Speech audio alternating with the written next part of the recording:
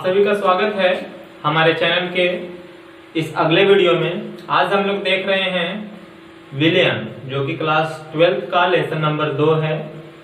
इसके पहले भी मैंने एक वीडियो बनाया है जिसे आप जाकर के देख सकते हैं। ये उसके अगला वीडियो है, पार्ट 2। ठीक, अगर आप हमारे चैनल पर नए हैं तो हमारे चैनल को सब्सक्राइब कर दीजिए और घंटी का बटन भी दबा दीजिए, ताकि अगर मैं वीडियो अपलोड करूं तो आपके पास नोटिफिकेशन सबसे पहले मिले। और अपने दोस्तों को भी शेयर कीजिए ताकि वो लोग भी इस चैप्टर के बारे में पढ़ सकें। ठीक है, तो चलिए शुरू करते हैं। सांद्रता पद पढ़ रहे थे हम लोग, और सांद्रता पद का 3 पार्ट हम लोग पहले पढ़ चुके थे। ये चौथा भाग है जिसमें हम लोग पढ़ेंगे पार्ट्स प्रति मिलियन। शॉर्ट में इसको बोलते हैं ppm। ठीक, तो इसका परिभाषा देख लेते हैं कि विलियन के 10⁶ मिलीलीटर यानी कि 10 लाख मिलीलीटर में उपस्थित विलेय के ग्रामों में भार को विलियन की ppm सांद्रता कहते हैं। ठीक, तो इसका हम लोग सूत्र देख लेते हैं। ppm में सांद्रता। ठीक, तो क्या हो जाएगा, विलेय के ग्रामों में भार, विलेय का भार ग्राम में और विलयन का भार ग्राम में और गुने 10⁶। ठीक, यानी कि अभी तक हम लोग पहले जो पढ़ रहे थे वो 100 ग्राम में बात हो रही थी या फिर 100 मिलीलीटर में बात हो रही थी। अभी है जो कि 10⁶ मिलीलीटर में बात हो रही है। ठीक, तो चलिए एक हमारे पास क्वेश्चन है जो कि देख लेते हैं। ठीक, तो सबसे पहले क्वेश्चन देख लेते हैं हम लोग कि 1030 ग्राम समुद्री जल में 6 × 10⁻³ ग्राम ऑक्सीजन घुली हुई है, तो ऑक्सीजन की सांद्रता ppm में ज्ञात करें। ठीक, तो सबसे पहले हम लोग इसको हल करने के लिए जो बात दिया हुआ है वो हम लोग लिख सकते हैं। तो विलेय यानी घुला हुआ कौन है, तो घुला हुआ ऑक्सीजन है, तो उसी को हम लोग विलेय मानेंगे। तो विलेय यानी ऑक्सीजन का भार जो भी है हम लोगों ने लिख दिया, 6 × 10⁻³ ग्राम। ठीक, अब की जो दिया हुआ है समुद्री जल का भार हमारे पास दिया है, समुद्री जल यानी विलियन का भार हमारे पास दिया हुआ है 1000 यानी 1030 ग्राम। ठीक, तो अब हमारे पास जो बात था क्वेश्चन में दिया हुआ वो हम लोग निकाल चुके हैं।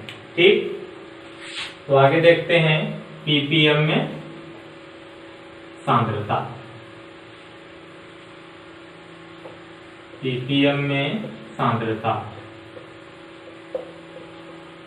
तो ppm में सांद्रता बराबर हम लोग जानते हैं कि विलेय का भार ग्राम में। ठीक, तो विलेय का भार हमारे पास ग्राम में क्या दिया हुआ है, 6 × 10⁻³ ग्राम बटे विलियन का भार ग्राम में। तो विलियन का भार ग्राम में हमारे पास दिया है 1030 ग्राम × 10⁻⁶। अब हम लोग इसको हल कर सकते हैं, तो ग्राम से ग्राम कैंसिल हो गया, तो अब हमारे पास बच गया 6 बटे 10 30, और ऊपर देखेंगे हम लोग, यहाँ 10⁻³ है और यहाँ 10⁻⁶ है। तो हम लोग जानते हैं कि जब ऐसी बात होती है तो हम लोग ये बात कह सकते हैं 10 की घात 6 और -3। तो हमारे पास बच जाएगा 6 गुने 10 की घात 3 और बटे 1030, यानी कि 6000 बटे 1030। अगर हम इसको भाग दे देंगे तो हमारे पास आ जाएगा 5.8 ppm। ठीक, तो यहाँ पर देख लेंगे, जिनको पता नहीं चल रहा है मैंने कैसे किया है, तो हम लोग पहले फॉर्मूला ये जानते थे कि a पर पावर अगर m होता है और इंटू a पर पावर n होता है तो हम लोग जानते हैं a पर पावर m प्लस n। ठीक, तो दोनों इंटू में था तो हम लोग 10 एक बार लिए और घात m प्लस n, तो m के जगह हम 6 है लेकिन n के जगह -3 है तो -3 हम लोग ले लिए। ठीक, फिर आगे हल कर दिए। ये चैप्टर आपको कैसा लग रहा है कमेंट करके जरूर बताएं। तो अभी आप स्क्रीनशॉट ले सकते हैं, उसके बाद हम लोग चलेंगे सांद्रता के अगले पद की ओर। ठीक, तो चलिए देखते हैं सांद्रता के पद का अगला पॉइंट मोल अंश। उसी को मोल अंश कहें या फिर मोल प्रभाज कहें या फिर मोल भिन्न कहें, और इंग्लिश में इसे मोल फ्रैक्शन कहते हैं। ठीक, तो इसका परिभाषा थोड़ा सा देख लेते हैं, और परिभाषा देखने से पहले थोड़ा सा एक एग्जाम्पल आप समझिए। जैसे कि मान लिया मेरे पास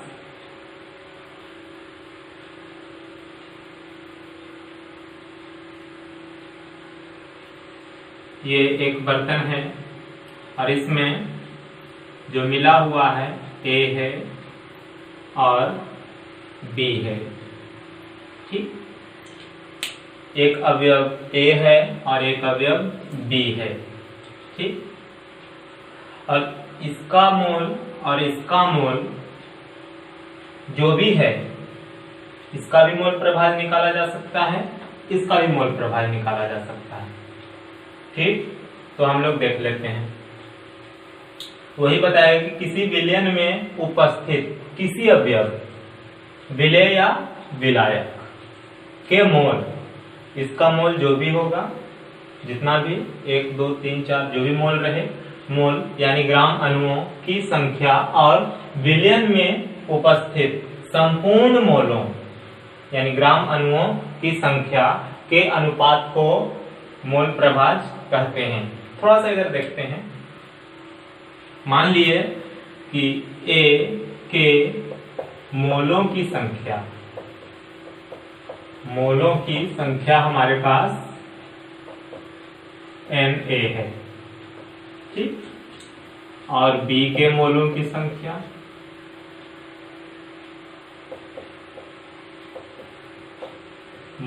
संख्या हमारे पास मान लिए NB है। ठीक, तो ये तो अलग अलग पार्ट हो गया। अब टोटल विलयन जो जिस बना हुआ है, जिस कंपोनेंट से यानी दोनों अवयव मिला करके, उसका मोलों की संख्या क्या होगा, तो देखते हैं विलयन के मोलों की संख्या। तो क्या हो जाएगा हमारे पास, विलयन बना हुआ है A और B से। ठीक, तो यहां पर हो सकता है Na और प्लस NB। ठीक, अब आते हम लोग फॉर्मूला की ओर। ठीक, तो फॉर्मूला हमारे पास बताया गया है कि किसी एक विलेय या विलायक, विलेय का भी मोल प्रभाज निकाला जा सकता है या विलायक का भी निकाला जा सकता है। ठीक, तो उसके मोलों की संख्या तथा विलयन के मोलों की संख्या के अनुपात को, तो यहाँ पर हम लोग मान लेते हैं A का भी मोल प्रभाज निकाला जा सकता है, B का भी निकाला जा सकता है। तो मान लीजिए हम लोग A का निकाल रहे हैं, तो लिखेंगे A का मोल प्रभाज। तो A का मोल प्रभाज बराबर क्या होगा,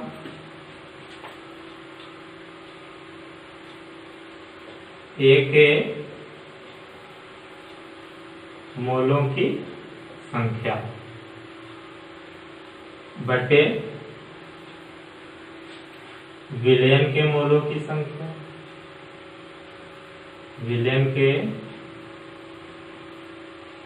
मोलों की संख्या।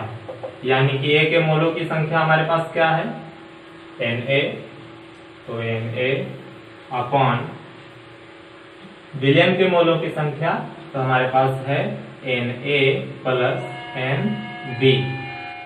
तो हम लोग निकाल लिए, A का मोल प्रभाज हो गया, A के मोलों की संख्या यानी Na, और बटे में है विलयन के मोलों की संख्या, तो विलयन के मोलों की संख्या Na प्लस Nb था, तो वो हम लोग लिख दिए। अब A के मोल प्रभाज को दिखाएंगे कैसे, तो उसे हम लोग दिखाएंगे X A। ठीक, इसी प्रकार B का मोल प्रभाज भी निकाला जा सकता है, यानी B का मोल प्रभाज। ठीक, तो हम लोग कैसे निकालेंगे, यानी यहाँ पर A का मोल प्रभाज निकाल रहे थे तो A की मोलों की संख्या लिए थे, अब की B के मोल प्रभाज निकाल रहे हैं तो B के मोलों की संख्या लेंगे। तो लिखेंगे वही कि B के मोलों की संख्या बटे विलयन के मोलों की संख्या। ठीक, तो आगे हम लोग ये बात देखेंगे कि सूत्र में इसको कैसे दिखा सकते हैं। ठीक, तो मोल प्रभाज जब हम निकाल रहे हैं B का, तो हम लोग लिख देंगे XB। B के मोलों की संख्या को हम लोग दिखा रहे थे NB से, तो NB बटे विलयन के मोलों की संख्या, तो हमारे पास Na प्लस Nb है, तो Na प्लस Nb। ठीक, हाँ, तो इस प्रकार विलेय और विलायक दोनों के मोलों की संख्या निकाला जा सकता है। ठीक, तो एक बात और नोट में ध्यान देना है कि अगर विलेय और विलायक दोनों के मोल प्रभाज को जोड़ा जाए तो हमें 1 आएगा। ठीक, तो देख लेते हैं, A का मोल प्रभाज हमारे पास ये था। ठीक, तो XA प्लस XB। ठीक, तो XA का वैल्यू हमारे पास कितना था, Na बटे Na plus Nb plus XB का वैल्यू था Nb बटे Na प्लस Nb, तो XA प्लस XB। हमारे पास दोनों का एलसीएम एक ही चीज है, तो हमारे पास ये लिख देते हैं, इसका एलसीएम आएगा Na प्लस Nb। ठीक, और ऊपर इसको इससे डिवाइड करेंगे तो 1 आएगा, तो ऊपर हो जाएगा हमारे पास Na प्लस इसको भी डिवाइड करेंगे तो 1 आएगा, फिर Nb से गुना हो जाएगा तो Nb। अब देखिए दोनों सेम टू सेम है, हम इसको काट सकते हैं। ठीक, तो हमारे पास आया XA प्लस XB बराबर 1। यानी इससे निष्कर्ष हमारे पास ये निकलता है कि विलयन के अवयवों यानी अवयव, विलय और विलायक के मोल प्रभाजों का जो जोड़ होता है वो 1 आता है। ठीक, यानी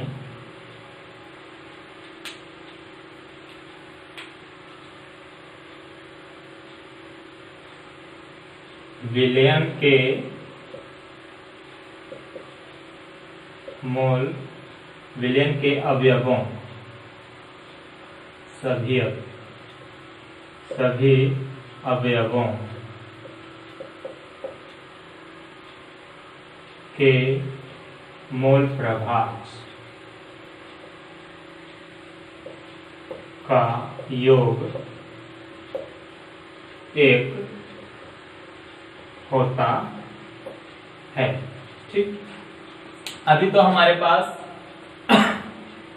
विलयन में 2 अवयव थे तब भी 1 आ रहा था, अगर 3 अवयव हैं तब भी आएगा 1, 4 अवयव हैं तब भी आएगा 1। चलिए अगर हम लोग देख लेते हैं कि हमारे पास 3 अवयव होते तब क्या होता। ठीक, आप वीडियो पॉज कर लीजिए या फिर स्क्रीनशॉट ले लीजिए, तब हम लोग उस पॉइंट की ओर चलते हैं कि अगर विलयन में 3 अवयव होते तब क्या होता। तो चलिए देखते हैं कि मान लेते हैं हमारे पास एक विलयन में अगर 3 अवयव होते तो क्या होता।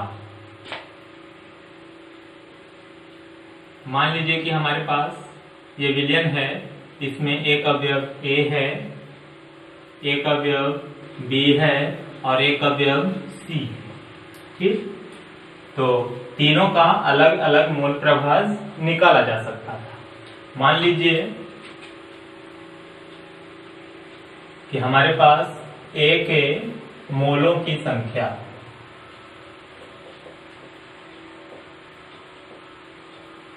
हमारे पास NA है और B के मोलों की संख्या हमारे पास NB है और C के मोलों की संख्या हमारे पास NC है। और संपूर्ण विलयन का मोलों की संख्या क्या हो जाएगा, यानी विलयन के मोलों की संख्या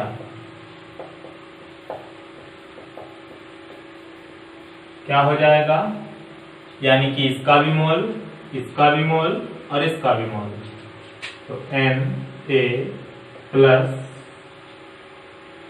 Nb प्लस Nc। अब हम लोग अगर सबका मोल प्रभास अलग अलग निकालेंगे तो ठीक, तो मान लीजिए हम लोग A का मोल प्रभास निकाल रहे हैं, तो A का मोल प्रभास निकाल रहे हैं तो क्या हो जाएगा, A के मोलों की संख्या बट्टे विलयन के मोलों की संख्या। तो विलयन के मोलों की संख्या हमारे पास है Na plus Nb plus Nc। ठीक, उसी प्रकार B का भी निकाल सकते हैं, यानी B के मोलों की संख्या Xb। तो हमारे पास हो जाएगा Nb बट्टे Na plus Nb plus Nc। उसी प्रकार C का भी निकाल सकते हैं, Nc बट्टे Na plus Nb plus Nc। तो अब भी अगर हम लोग वो बात देखें, सभी के मोलों को जोड़ दें तो हमारे पास जो रिजल्ट होगा वो 1 ही होगा। ठीक, यहाँ हम जोड़ के देखते हैं। ठीक, यानी XA plus XB plus XC करते हैं। तो XA का वैल्यू हमारे पास ये है, तो हम लोग लिख सकते हैं Na बटे Na plus Nb plus Nc। XB का वैल्यू हमारे पास A है, Nb बटे Na plus Nb plus Nc। और Xc का वैल्यू हमारे पास ये है, तो Nc बटे Na plus Nb plus Nc।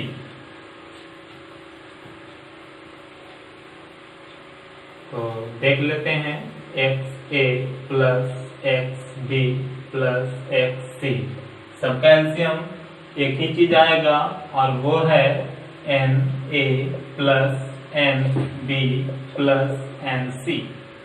और इसको इससे डिवाइड करेंगे तो 1 आएगा, जो कि इसको इंटू करेंगे तो Na ही आएगा, प्लस उसी प्रकार इसमें भी तो Nb और इसमें भी तो Nc। और ये दोनों सेम है तो कट जाएगा। हमारे पास रिजल्ट आया XA plus XB plus XC1। अगर मान लिया जाए इस विलयन में n कंपाउंड होते यानी कि n अवयव होते तो उस स्थिति में भी XA यानी जितने भी अवयव होंगे उन सभी का जोड़ के 1 ही आएगा। ठीक, तो XA plus XB plus XC dot dot dot dot dot जो भी हो, है ना। X हम कुछ भी ले सकते हैं, यानी कि Z मान के चले यहाँ तक है, तब भी उसका जो वैल्यू आएगा वो हमारे पास 1 ही आएगा। तो चलते हैं इस पर एक क्वेश्चन हम लोग देख लेते हैं, उसके बाद फिर आगे चलेंगे। तब तक आप इसे नोट कर सकते हैं, स्क्रीनशॉट ले लीजिए, फिर आगे हम लोग एक क्वेश्चन देखते हैं। तो चलिए एक क्वेश्चन है हमारे पास।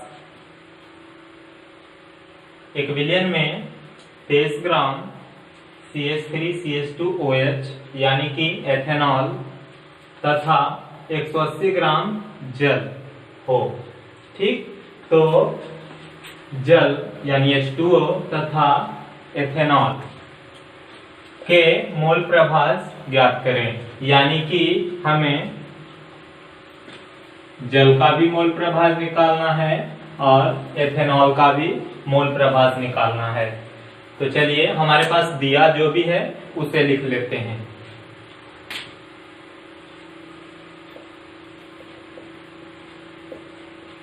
दिया है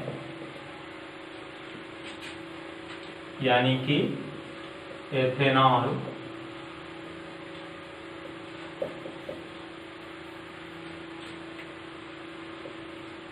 का भार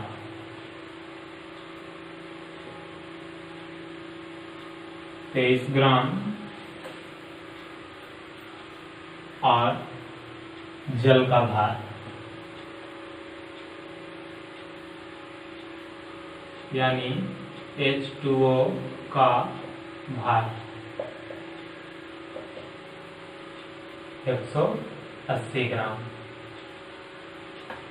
ठीक, ये हमारे पास दिया है, लेकिन हमने तो फार्मूला पढ़ा था, तो उसमें हमारे पास दिया था कि मोल प्रभाज हम लोग को निकालना क्या क्या वो देख लेते। मोल प्रभाज निकालना है इसका, यानी CH3CH2OH इसका मोल प्रभाज होगा तो क्या होगा, यानी इसमें जो भी अवयव हैं वो दोनों का मोल प्रभाज नीचे जाएगा, यानी ऊपर में हमारे पास यही रहेगा CX एथेनॉल, यानी इसको हम लोग एथेनॉल कहेंगे, और बाकी जल का और एथेनॉल का दोनों का मोल।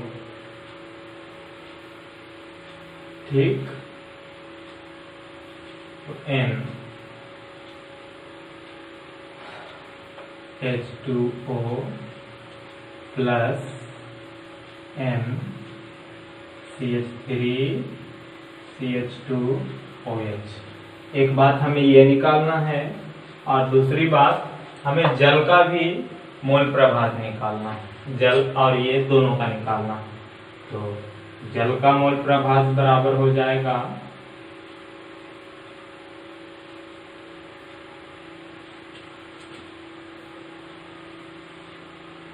जल के मोलों की संख्या बट्टे विलयन के मोलों की संख्या। तो विलयन में जल और ये दोनों है,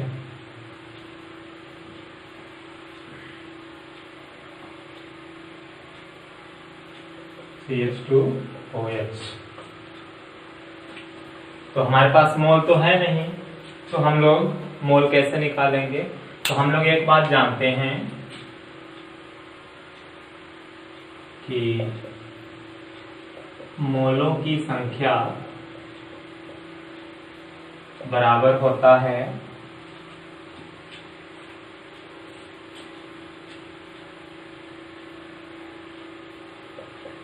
भार बटे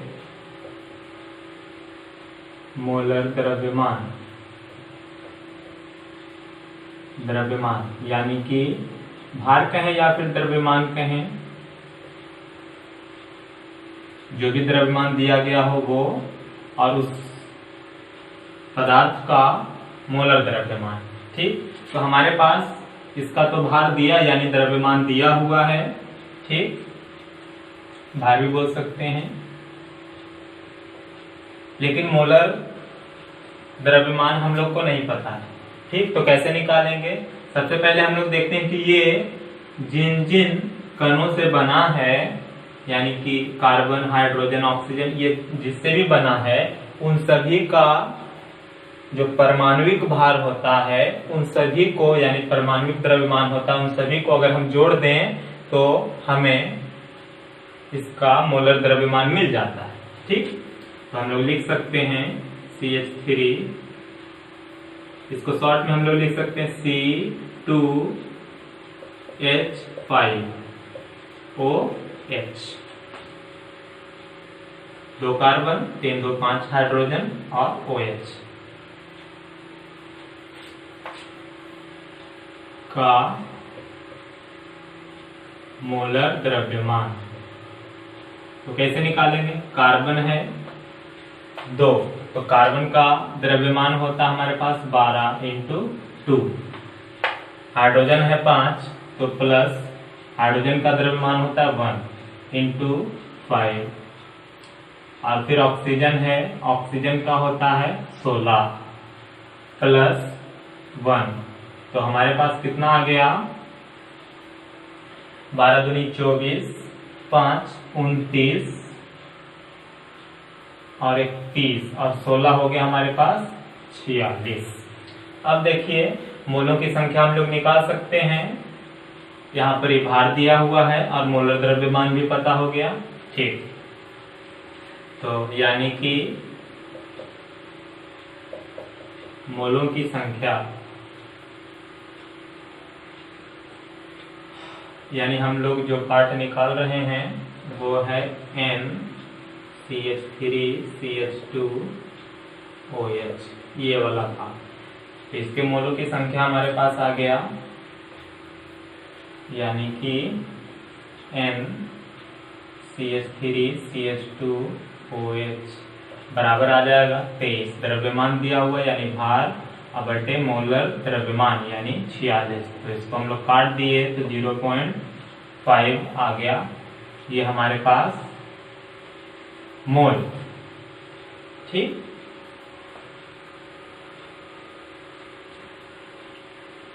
आगे चलते हैं। इसका भार भी दिया हुआ, इसका भी हम लोग मोलर द्रव्यमान निकाल सकते हैं। तो H2O का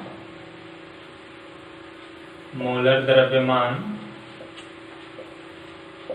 हमारे पास क्या हो जाएगा? H का भार 1 होता है और 2 है, तो इंटू 2 कर दिए